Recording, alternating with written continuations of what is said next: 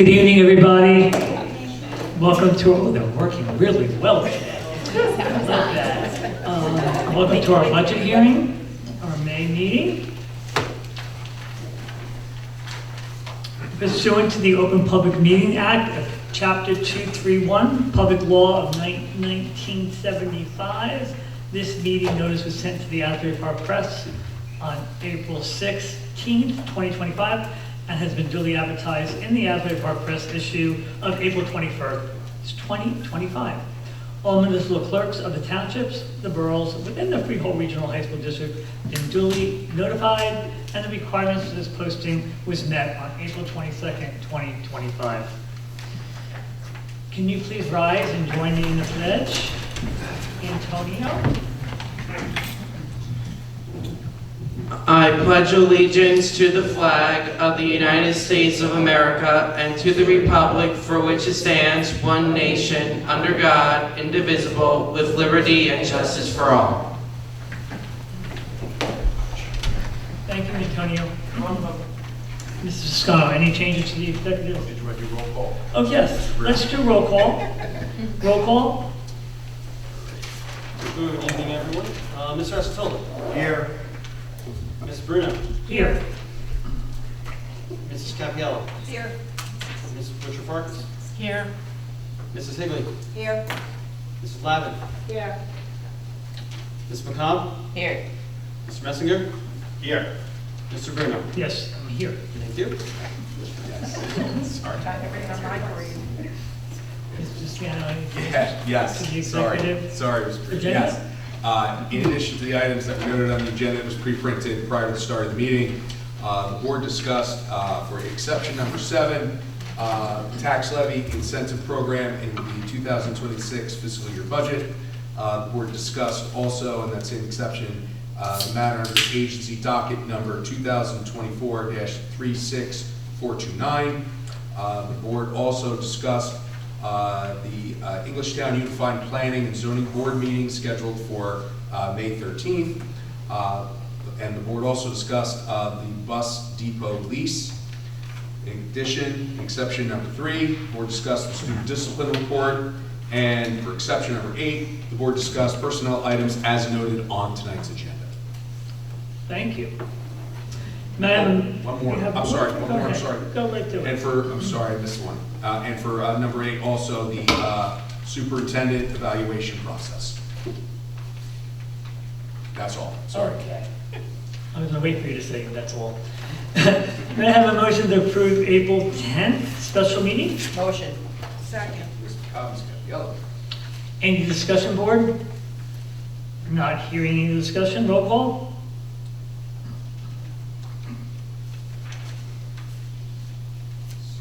Mr. Escatolo. Yes. Ms. Bruno. Yes. Mrs. Capiello. Yes. Ms. Butcher Farkas. Yes. Mrs. Higley. Yes. Mrs. Lavin. Yes. Ms. McCobb. Yes. Mr. Messinger. Yes. Mr. Bruno. Yes. Thank you. Just a reminder, the communications are on file in the office of the board secretary. And now Dr. Hazel is going to do her superintendent report. Thank you, Mr. Bruno. The school year is winding down. I cannot even believe we are in the month of May. At this stage, we are so excited. We are starting all of our celebrations with our seniors, the class of 2025. Many ceremonies and festivities to celebrate all of their accomplishments through their 4 years of high school. Also at our upcoming board meeting on June 12th, we have our student awards ceremony. We will be at Manalapan High School. So excited to close out the year honoring many, many students for their academic accolades as well as their athletic accomplishments. But tonight is our public hearing on the budget. We went through a lot of information at our last board meeting regarding Freehold Regional's budget for fiscal year 26 and for our future, for our coming years. This is a district that takes great pride in being fiscally responsible. The administration, the Board of Education, we have been excellent stewards of our budgets. It was our hope that during all of the years of S2, that things would change, and that there would be a new and revised budget formula that would increase state aid to school districts, or to our school district, I should say. That did not occur, and we have been working diligently through those years and in preparation for this budget. And I just want to provide some background and some context as we prepare for next year's budget and beyond. Last spring, our district, we have an architect of record, Spiesel Architectural Group. They were here with us through the spring and through the summer, assessing all of our school facilities and our grounds. It became very clear when they presented the reports to us that our buildings needed considerable attention, primarily in the areas of mechanical, electrical, plumbing, roofing, and interior renovations. This would include considerable refurbishment and replacement of unit ventilators in the classrooms and in our school. So our district, at that point, with all of that information, had to really dive into all of those reports and the associated costs, for this work. And we set forth an ambitious path to prepare for a large-scale referendum to address our facility priorities. This work is imperative and needs to be accomplished in our buildings. We need this to operate our buildings successfully and safely for our students. We don't need to belabor this, but through our years of S2, back in fiscal year 19, we received approximately $50 million in state aid. Now we're at $29 million. A real significant cut to our district. But again, we all know we're living in times of rising costs and inflation, and we are far exceeding the 2% cap. The state aid cut for our district this year was $916,507. So we even had a state aid cut this school year. Each year, through our years of S2, unfortunately, we had to cut staff, and we did look at that proportionally to our student enrollment to close our budget gap. Truly, in assessing our schools, we've exhausted, this option, and our enrollment, appears to be flat over the coming years. 2% on the levy is what we are far exceeding, obviously through the services and costs of goods, and year over year, we are facing a deficit, and we will face even a higher deficit moving into fiscal year 27. As we discussed at length at our last board meeting, the New Jersey Department of Ed has enabled select districts, Freehold Regional being one of them, to apply for a tax levy incentive aid program. Our board approved Freehold Regional to submit that application to the DOE. So districts that were spending below adequacy and are below local fair share and have exhausted eligible adjustments in bank cap were eligible for this application and for this incentive. Freehold Regional, through this process, is eligible to increase expenditures by over $30 million.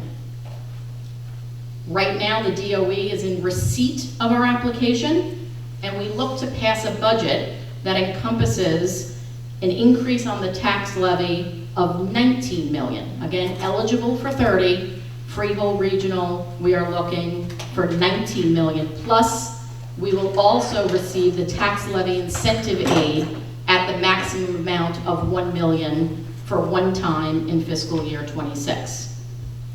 I believe, and have shared with the board and through our finance committee, that I believe this plan allows us to responsibly handle what we needed to do through that referendum work and through the work that has been identified through the architectural company.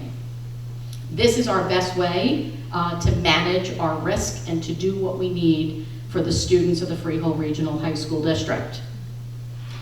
Tonight, Mr. Ferrara, our BA, is going to outline our budget in detail for fiscal year 26 and our future plans for the Freehold Regional High School District. But in a nutshell, by voting on this budget tonight and exceeding the tax levy, this would allow us an opportunity to be able to handle our budget for fiscal year 26 and make a commitment to this district for the needed facility work that we need to do in the coming years. As always, I appreciate this Board of Education, our community for all of their support. This evening, Ms. Cohen is in the audience from Manalapan Township, and Ida from Colts Neck from the Naval Base. We really appreciate the community support, and we have a lot to share this evening for our budget, and Mr. Ferrara will outline our budgetary plan for fiscal year 26, for next school year. Thank you, Antonio. Need your vote, too. Good evening, everyone. So my name is Alex Ferrer. I am the district's assistant superintendent for business, also board secretary. Dr. Hazel kind of did a nice intro of kind of the progress that we've made over the last couple of months in the budget development cycle. And so I'm going to go into a little more detail as we kind of review the plan for the 25-26 budget and the fiscal year to come.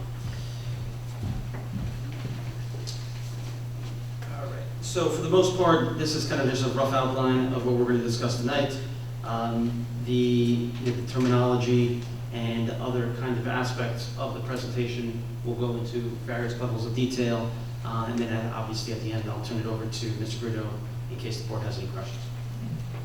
So starting off, just based upon conversations that I've had with members of the administration, the board, building on the work that Mr. Boyce, the administration, and the Board of Ed have done over the course of years, I just wanted to kind of provide a little bit of a foundation with reference to some of the terminology, just to kind of facilitate communication as we go through this. So the DOE requires that districts break up their budgets into specific funds. And the goal is, and this is kind of in line with GASB standards, the goal is to promote transparency and comparability between organizations, and in this case, obviously, school districts. So starting off with funds, you'll see that the budget is broken up into 4 main funds. 3 of them have to be reported. One of them is Fund 10, which is the operating general fund, and this is the annual budget that kind of governs the district's operations from July to June. Fund 20, which is special revenue. These are financial resources that have very defined purposes. Typically, it will be something like state and federal grants, local grants, student activities. Fund 30, which we're not presented tonight because it doesn't have to be approved as part of this submission of this budget, is major construction projects that are expected to go beyond multiple years. So in the event that the district proceeds with the referendum planning, referendum proceeds would be reported in Fund 30. And then finally, Fund 40, these are debt service. These are resources that are used to pay back long-term debt, more specifically the 2021 bond issuance. Going down to a little more detail with reference to the revenues and the appropriations, at the end of the day, for each one of these funds, the revenues have to equal the appropriations in terms of having a balanced budget. So local tax levy, pretty straightforward. Those are the funds that are collected from the municipalities to support the budget.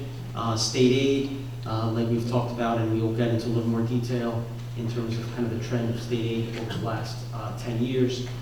Those are different kind of resources that the state provides. And there's 2 components of this, 2 sub-buckets. One of them relates to the funding formula. which is where we spend the majority of our time. And then there's a component of it which is extraordinary aid, which we submit an annual application and then consequently receive some reimbursements over the course of the summer. Finally, on the revenue side, we have fund balance, and these are unused resources that the district has access to support future year's budgets. So as an example, in the event that we lapse X number of dollars at the conclusion of this year, those funds are to be used to offset the needs of future year's budgets. And then on the appropriation side, for the most part, the programs are major expenditure classifications, accounting, jargon, function obviously goes into a little more detail. Examples would be instructional support services. And then finally, object is the actual service or commodity that is being purchased. So on the appropriation side, we'll focus on the object because obviously that's the easiest one to kind of focus on. So moving on to the actual revenues. So as you can see, those same funds that I kind of highlighted before, Fund 10, Fund 20, Fund 40, 10 operating budget, 20 special revenue, and 40 debt service. The major things that to kind of focus on here is that the district's overall budget that is being presented tonight for consideration by the board, the majority of the funds relate to Fund 10, which is the district's operating budget. That's where we'll spend most of our time. Fund 20s, like I mentioned before, are kind of targeted to specific purposes, so that will change minimally year over year. And then obviously Fund 40 is statutory required, the repayment of debt.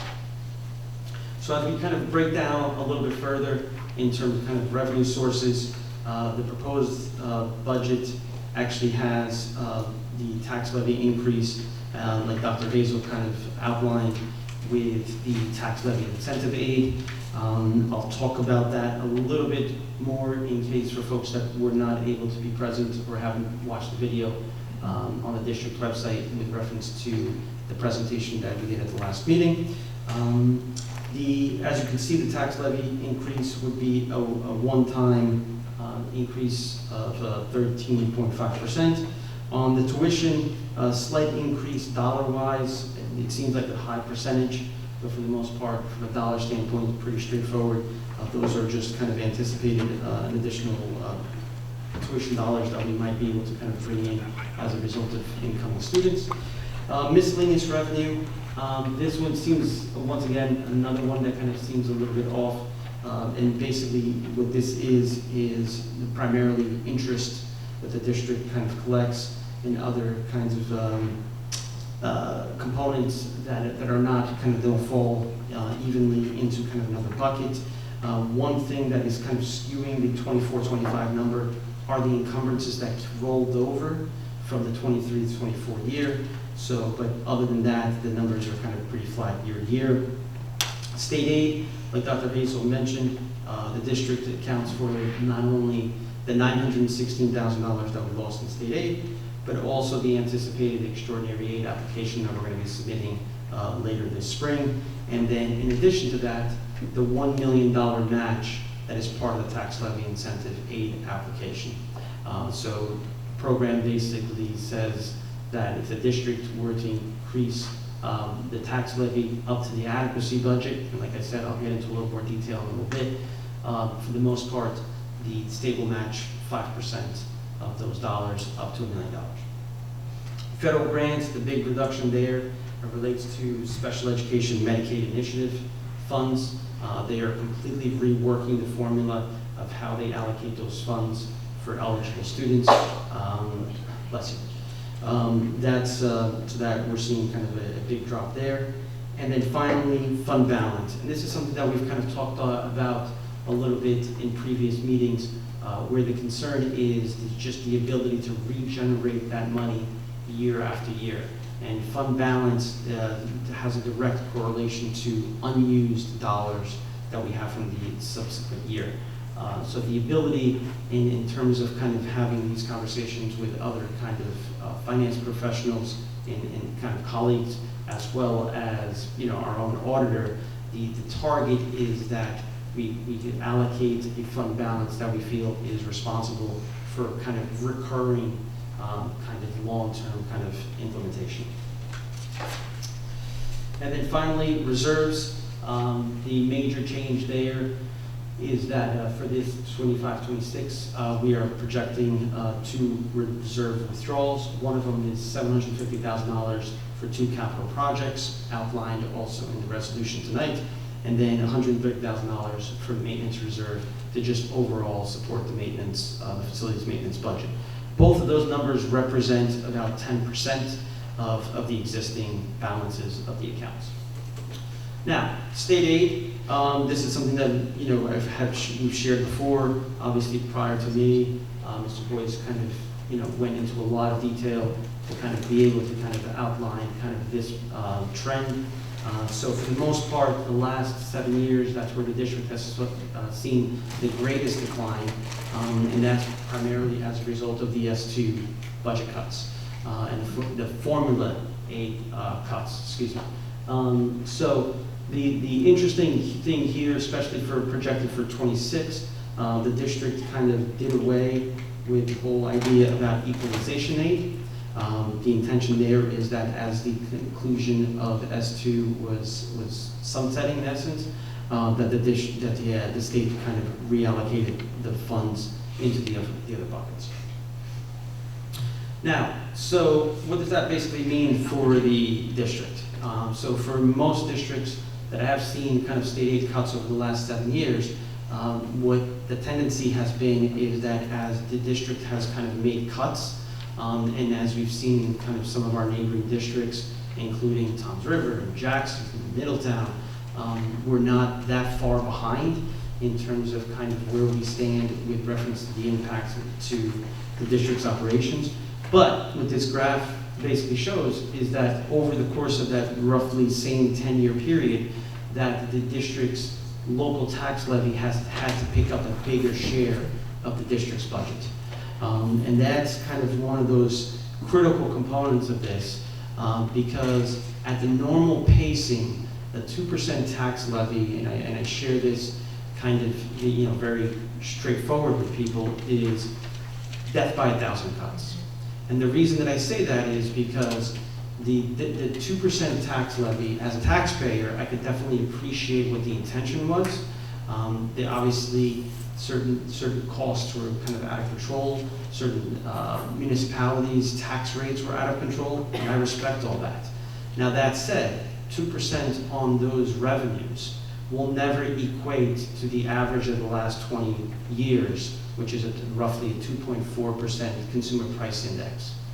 And especially over the last 5 years, where that number has been in excess of 4%, we'll never be able to catch up. So this is something that is a greater kind of conversation that needs to obviously take place at the state level, and it's impacting more, you know, abruptly the districts that have been impacted by S2 over the last 7 years. But it's ultimately, it's one of those things that will have to get revisited. And like Dr. Hazel said, in the conversations of both from an administration standpoint, the Board of Education, and public, the intention is that at some point the formula gets ironed out. And this becomes less of a concern. But the thing that we've kind of seen here as well is that as a district, and then I'll kind of get to it a little bit later in terms of the budgetary cost per pupil, the district has made some cuts, right? In terms of staffing, in terms of as the enrollment has dropped, the district has made cuts to try to kind of pace and to minimize the impact to the taxpayer and obviously to the students. So in terms of kind of sequencing for the budget year, you know, we basically projected some increases, primarily in areas like salaries, benefits, and utilities. This year especially, we're anticipating a high electric utility cost year over year. Then we kind of moved on to the, you know, the impact of the reduction of the state aid and what would that do for the district. Finally, moving on to the next kind of bubble, discussions with finance with reference to, you know, the impact and how we could close that gap, 2% tax levy, and ultimately adopting a tentative budget, which took place 2 meetings ago, and then moving forward with reference to making cuts to the appropriations to balance the budget, and ultimately the tax levy incentive aid, which for the folks, like I said, now weren't present at the April 10th meeting. The basic concept here is that districts that are below adequacy, and so what does that basically mean? That basically means that the difference between what a DOE deems to be, the sufficient financial support for a district for a thorough and efficient education, and the amount actually being spent by the district. So in our case, that number is close to $30.3 million that we are projected to be below adequacy for the 25-26 year. And like Dr. Hazel mentioned, as part of the tax levy incentive aid program, they basically said, you can raise your taxes up to that amount. Now, like Dr. Hazel mentioned, the projection and the recommendation for the board is to increase that just over $19 million. But the state has that matching component, which is the 5% up to $1 million. So more importantly, especially for the community, for the public, why are we even considering this? And so the major thing is that obviously reduces the significant risk that we have with reference to that gap, like I mentioned, between revenues inclusive of the 2% and the expenditures kind of outpacing those revenues.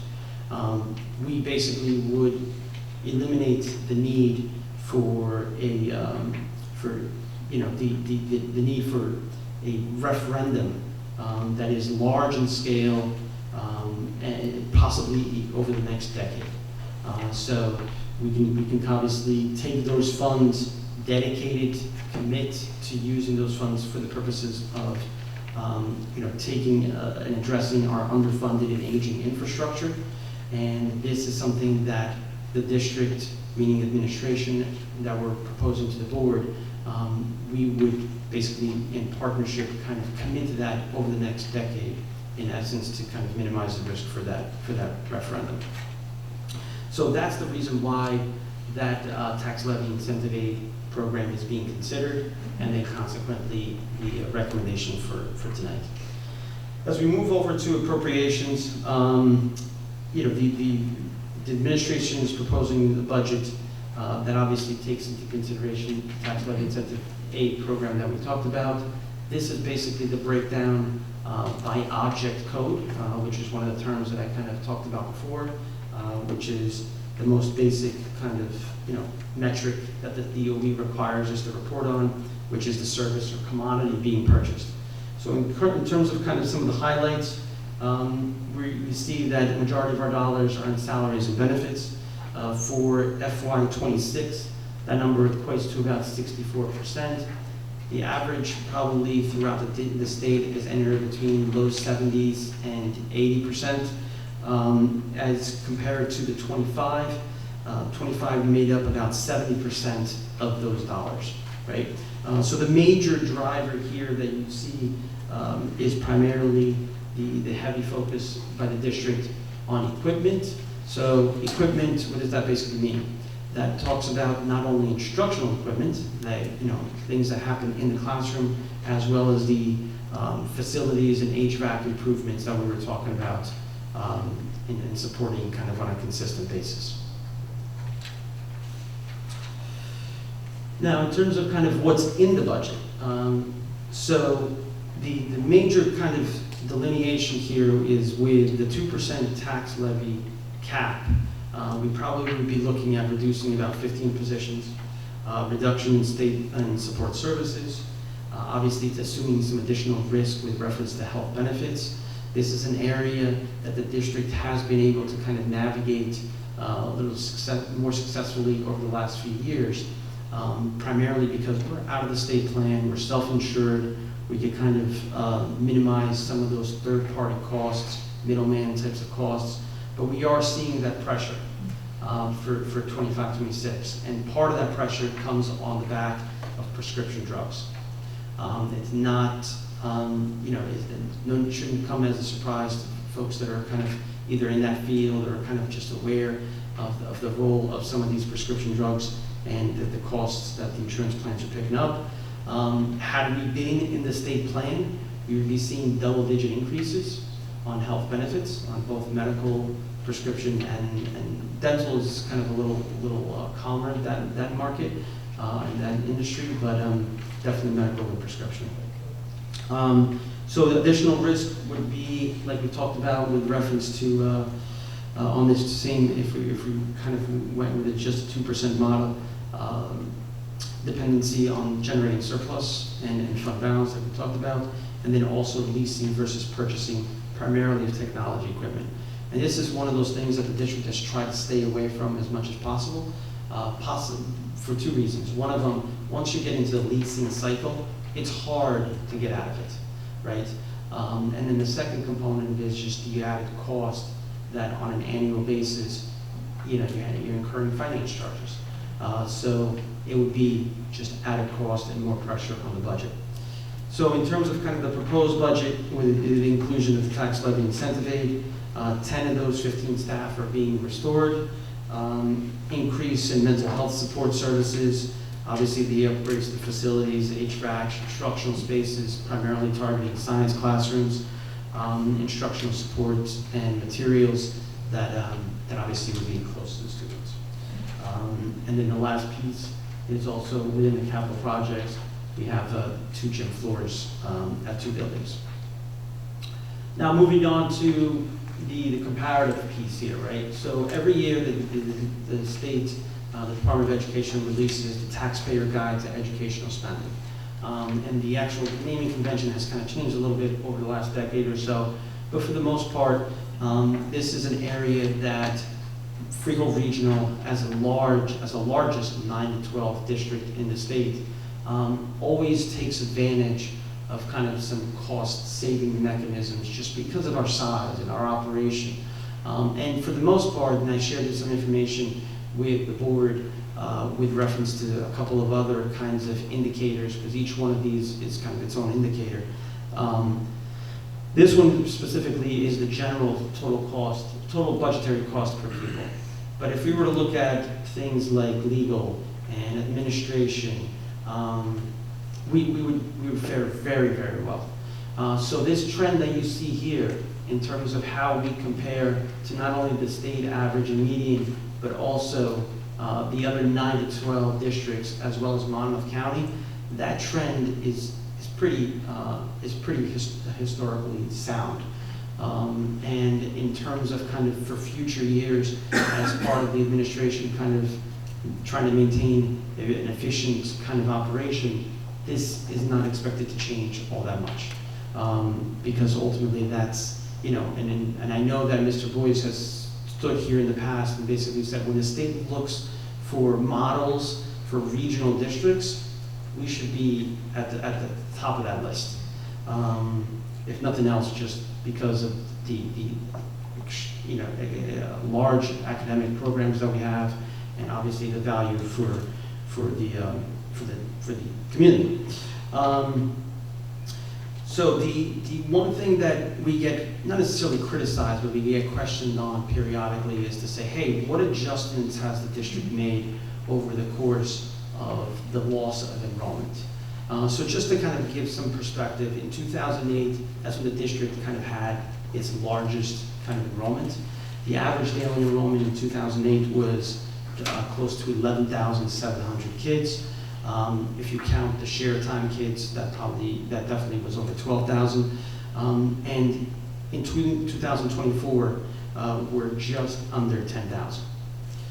Now, in terms of staffing levels, because obviously how that compares, the district in 2009 had just over 1,400 staff members, and this year we're under 1,200.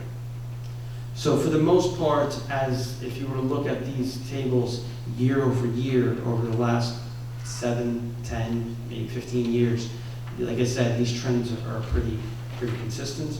And basically the district just tried to kind of match its operations and level of effort in an effort to kind of keep up with costs in the best way possible to minimize the impact of the students. So in terms of estimated tax rates, so every year the Department of Education releases what's called the regionalization, or regional allocation. And basically what that does is kind of changes column 2 which is the appropriate share that falls the responsibility of each municipality. And that percentage share is based upon primarily two factors. One of them is the equalization valuation of that municipality and compared to the rest of the group. And then the other one is how enrollment changes for each municipality with reference to the group. And they do this not only for 9 to 12 in our case, but also elementary education, just to kind of see what that trend is. So for the most part, if the municipality's valuation is going up, if their enrollment is going up as compared to their other peers, then the chances are you're going to pick up a larger share of that pie. So column 3 is the most recent calculation of the tax rate as it stands right now by municipality. Column 4 is the preliminary tax rate based upon the proposed budget that we have tonight, and the difference in terms of the rate changes and then the percentage changes in the rates as well. So for the most part, this is kind of concludes the presentation. We have, this is kind of an outline of the presentation highlights. My contact information is there at the bottom in case any member of the public wants to kind of reach out and has any questions. And at this point, I'm going to turn it over to Ms. Bruder in case the board has any questions for me. Did any board members have questions for Mr. Rivera on the budget? I just have a couple of comments. This is my 10th year on the board, 5 years as president. Every year, we made cuts, and we lost staff, and we didn't fix our buildings. Well, we did cosmetic work on our buildings and fix things that we had to fix, but thank God we did have a referendum passed by our townspeople and taxpayers supported a referendum a couple of years ago. That was a big help. But again, we're going back to the taxpayer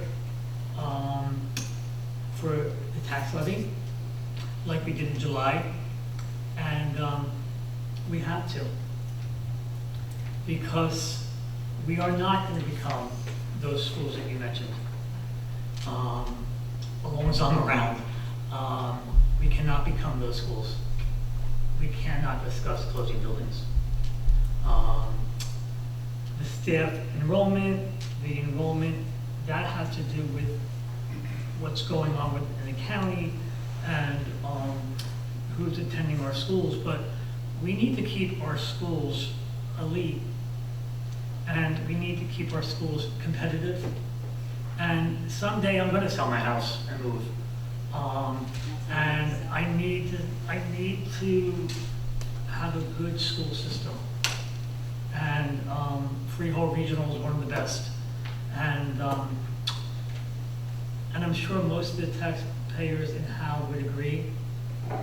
If we don't have a good school system, what are we going to talk about? Our parks and recreation? So I'm voting yes for this, but it's just that the last 10 years have always been about this too. And these budget hearings were kind of depressing. This one gets a little bit light, for us, a little less pressure. I mean, I know your staff has been working on this budget, and this is a little bit of a gift from the state, way I look at it, but I just don't see a big choice, because next year, I don't want to be talking about cutting more staff. I want to be talking about adding more programs, and maybe some more learning centers.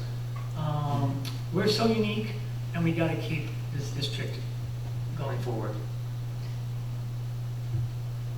Any other comments from board members? Mr. Messenger, would you like to speak? You know what? Yeah, that's my other request.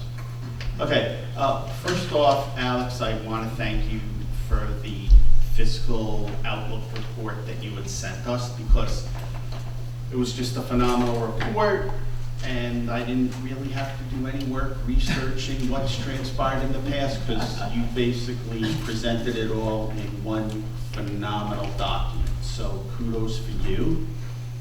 and your staff on that. I'll defer the credit to Ms. Smith and the other folks. And Yeah, well deserved. Very good staff. So the other issue is with, so obviously we're going above 2%, big tax increase, and the reflex reaction for people who don't like it, which is most people, is administrative costs. And we've gone through all the well-deserved accolades about the fiscal prowess of the way this district is run.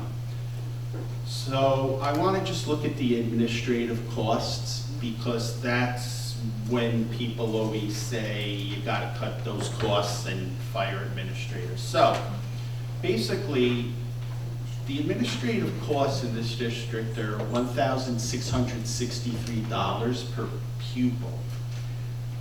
The high school average in the state of New Jersey is $2,116 per pupil. So anyone who comes back and says the administrative costs are out of control is not factually accurate, okay? So I have a question for Dr. Hazel. Again, this is a response to the people who say you need to fire administrators. Hypothetically, let's look at vice principals. And there's 3 at Marlboro High School. For the people who say cut administrators, could you clarify for the public what the vice principals and just administrators, but vice principals are the most forward-facing out of the group. What do they do? Because when people push back, they figure there's just fluff. So really, we always talk about what will negatively impact students if there's 2 vice principals or 1 vice principal. So, yes, at Freehold Regional High School District, and we're a high school only district. Obviously, the human capital is what makes schools. We are in the people business. We are here to serve our students, our parents, and our community. And that job is paramount, to us. That really, in our schools, our administrators are the ones that are providing kind of that solid framework for the day-to-day operation of our schools, as well as, the visionary leader of running our instructional programs, in our school. When I look at any school, but primarily high schools, where we have 10,000 teenagers, in our schools, first thing is, having safe and secure and healthy environments for our children and our staff to attend each and every day. That's what parents want from the administration first and foremost. And we all in this district, every administrator, and I know teachers alike, and every person in this organization takes that extremely serious. That's first and foremost before we can even get to doing our primary work. But before we even get to the primary work of providing a high quality education in our classroom, is to ensure that our students can access the curriculum and their program. It's not just about coming to school, it's about being able to have relationships and be able to engage in your classrooms. We, as administrators, because this is the focus of the question, provide the student services and the special services that are needed so that every child in this school district can go into the classroom and thrive and be able to engage at the highest level in their classroom, and they are able to access our curriculum. That is the structures that administrators put forth in their building. In this district, our building principals, assistant principals, they are more than building managers. We are instructional leaders. That is our primary work. Those other pieces fundamentally have to be there. but our primary work is in the classroom. Supporting teachers, ensuring that we have the best curriculum, providing all the necessary supports for students, and ensuring that we have high-quality professional developments and a great learning environment for our staff and for our students so that they can, thrive and grow. Our administrators in this district are here for our kids academically, emotionally, socially. We probably have the best extracurricular clubs, activities, sports programs, festivities for kids. There is a celebration of students in our buildings all of the time. And that is facilitated through our administrative teams with the support of our excellent staff that we have in this school district. This district would not be what it is in the delivery of our curriculum and our program and our assessments if it wasn't for the outstanding leaders that we have in this school district. We work tirelessly for our students in our community, and I couldn't be more proud of the administrators and our entire staff that we have here to educate our students. I think they deserve every dollar that they get. We are not here for the money. We are here because this is our calling. And I know that every member of this organization would be here for, and I know they are here for each and every one of our students and take great pride in serving this outstanding community. I just want to incorporate one thing here also. Our supervisor model has changed since I worked here. And most of our assistant principals, I would say probably all of them, they are all supervisors of departments. So, and you think, oh boy, they have to go in and out of classrooms and observe. It's a lot of work to evaluate other staff members. So I would say all of our assistant principals and all of our buildings are also department supervisors. And because our model has changed since I worked here. We used to have department supervisors, and now we have very few. So, so I just want to make sure. Our focus is on our curriculum, the pedagogy, the instruction, and the assessments that we put forth for our students. And that is the work of, collectively we work hand in hand with our teachers, but that is a driving force by our principals, assistant principals, and supervisors. We are blessed that we do have content area experts in our buildings that can work directly with our teachers and with upper building leadership. We take great pride in that model because that is our primary work. I'm sorry, Mrs. Higley. I just want to say, when I became a principal in 2004, we had 9 supervisors in each building. And now they're down to 4. And who do you think's picked up the bulk of that work? But it's the administrative team. And they have really dug in and done an amazing job. So that's how we cut back on administrative costs, by cutting back on the number of supervisors and spreading that work among all the others. So I don't know if people realize that's, over a 20-year period, that's a big drastic cut in administrative costs. So that's something I think people should recognize.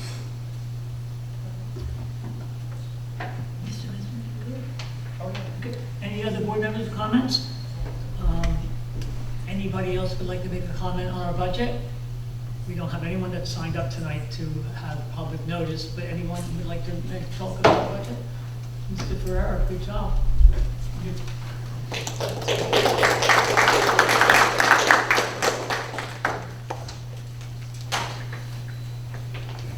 We don't have any board reports tonight, so I'm going to go right to, are you ready?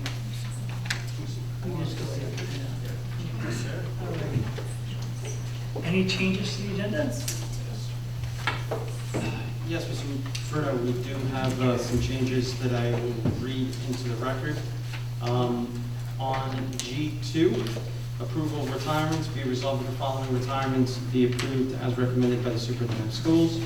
Dr. Ross, principal of Freeport Borough High School, effective August 31st, 2025. Robert Shepard, bus driver, transportation, effective June 30th, 2025. On resolution G13, approval, change of status, Be it resolved that the Freehold Regional High School District Board of Education approves the following change of status as recommended by the Superintendent of Schools. Starting off with Janine Carey, board agenda is April 10th, 2025, 6-period assignment. Change the 6-period assignment dates effective May 8th to June 30th. Nazine Cotton, board agenda March 13th, 2025, appointment. Change long-term sub per diem appointment dates to effective March 21st, 2025 through May 21st, 2025. Tara Daly, April 10th agenda, 6-period assignment. Change the 6-period assignment dates to effective May 8th through June 30th. The same applies for Ryan Gagnon, April 10th agenda as well. Bruce Juska, April 10th, and Tara Reek, April 10th as well. So those are the changes with reference to G2 and G13. And then one minor typo with reference to the board resolution, which is H3. On the table that has the revisions of since the tentative budget, on the revenue budget line, which is labeled 103190 other state aid, that is incorrectly reflected as 46,976,000. That number should actually be 0. If we were getting other state aid in the amount of $46 million, we would be not having this conversation today. So type all that on that front.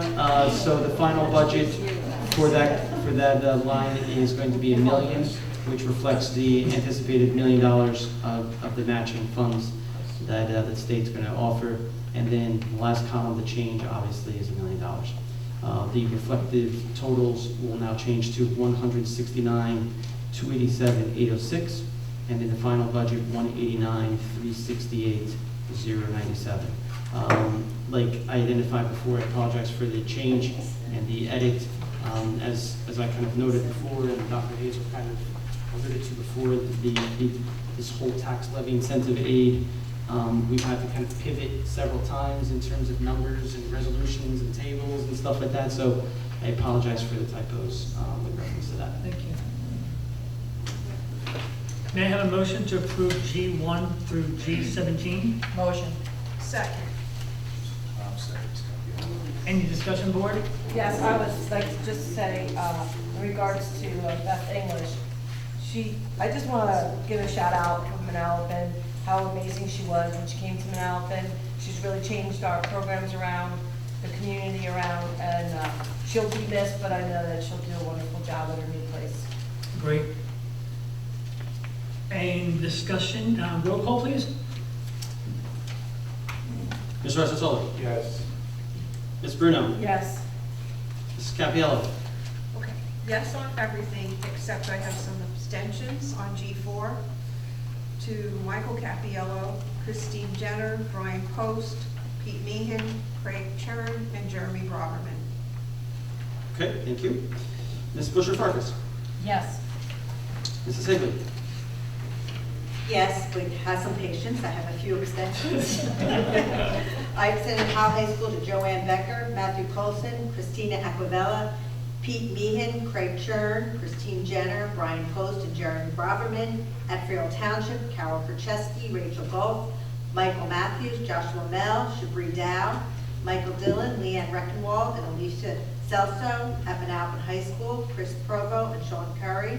On G13 to Joanne Becker, and G16 to Chris Provo, Joshua Mell, Rachel Gow, and Joanne Becker again. Just note that the list was for G4, in addition to G3. Oh, as to, Jonathan Tesco, I'm sorry. Yes. Cool. Welcome. Thank you, Mrs. Higley. Ms. Slavin. Yes. Ms. McCobb. Yes. Mr. Messinger. Yes. Mr. Bruno. Yes. Thank you. It's passed. May I have a motion to take on H and program operations, building, transportation, and physical plant, H1 through I3? Motion. Second. And Mrs. Capiello. discussion, board? You good? Any discussion? Not hearing discussion, roll call? Mr. Rosatolo? Yes. Ms. Bruno? Yes. Mrs. Capiello? Yes. Ms. Butcher Farkas? Yes. Mrs. Higley? Yes. Mrs. Lavin? Yes. Ms. McCobb? Yes. Mr. Messinger? Yes for everything except H3, no. Thank you. Mr. Bruno? Yes. Thank you. Motion's passed. Educational Program Administration, J and K, J1 through K3. Motion. Second. Second. Yep. Any discussion, board? Not hearing any discussion, may I have a roll call? Mr. Rosatolo? Yes. Ms. Bruno? Yes. Mrs. Capiello? Yes on everything except on J5, I abstain on Michael Capiello, and K1, I abstain on Dr. Hazel. Thank you. Ms. Butcher Farkas? Yes. Mrs. Higley? Yes, except on K1, I abstain on Dr. Hazel. Thank you. Mrs. Lavin? Yes. Ms. McCobb? Yes. Mr. Messinger? Yes. Mr. Bruno? Yes. Thank you. Motion's passed. Do we have any old business, board members? Want to discuss any old business? And I know that you have some things in lieu. Okay. So I have the pleasure to welcome to our esteemed administrative team and to congratulate our new member, Mr. Jonathan Teleska. If you could please stand.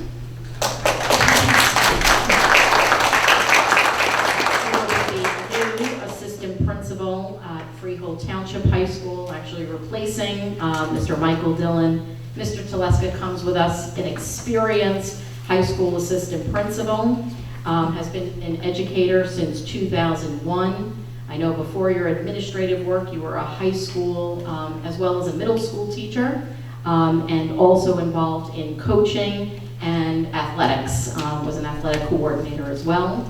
I know you will be a tremendous asset to our district. You know, as a note, when we were discussing with your references and through the interview process, what I think really came through was your expectations and your commitment to the students, to the parents, and the community to whom you serve. So you will be a fine addition to the Freehold Regional High School District. Many colleagues and friends here this evening, but we congratulate you and welcome you to Freehold Regional High School District.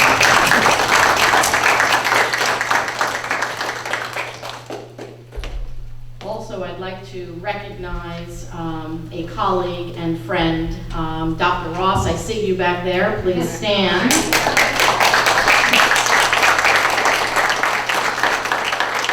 Dr. Ross has served in the Freehold Regional High School District since 2011.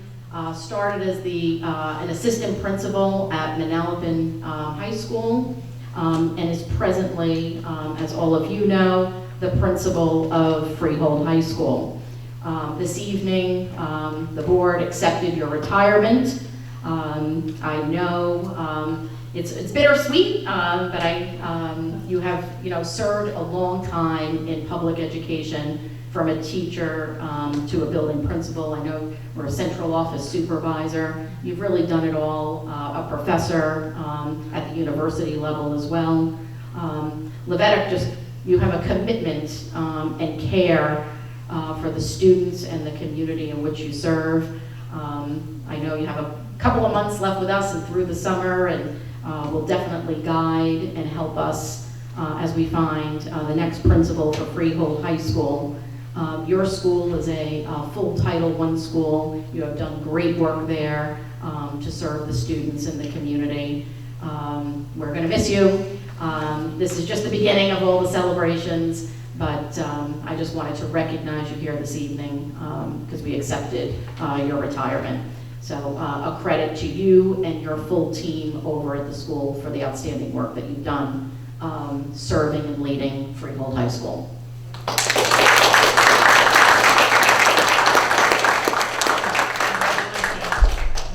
think I'm gonna see you on Wednesday for lunch, right? I just also want to recognize Frank Gualtieri, who's retired from Freehold Township, and he always went above and beyond, but he did a lot of unique things. He put the first disc golf course ever in a high school. He designed it, built it in our school.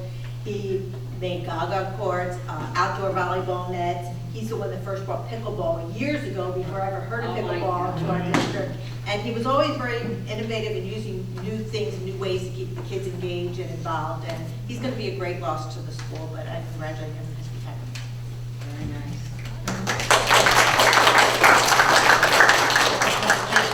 Anybody down there? Yeah, go ahead. First of all, Dr. Cross, why are you leaving? Congratulations on your retirement, though we're sorry to see you go. Just a couple of things. 2 weeks ago was Administrative Assistants Day, so I want to say thank you to all of the administrative assistants in the district who quietly and diligently keep the buildings running and keep everything going. Last week also, on Thursday, was National Principals Day, so thank you to all of our principals and administrators throughout the district who work so hard throughout the district. And of course, this week is Teacher Appreciation Week, so thank you to all of the teachers throughout our districts in celebration, and take a well-deserved cupcake in honor of Teacher Appreciation Week. They got a lot of treats each day. Yeah. Thank you. Just a note for your calendars, the next board meeting is June 12th. We're gonna do our awards, our district awards that night. So the schedule's a little bit different when we start our time. And it's at Manalapan. June 12th at Manalapan is our district awards and our June board meeting. So you can have board members can put that down on your calendar. And we're gonna be at Manalapan. We're gonna finally get back into the schools. It'll be nice. Mr. Bruno, I'd like to make a motion to adjourn. I was going to say, may I have a motion to adjourn? And I'll second it. And I have a second, Mrs. Capiello. All those in favor?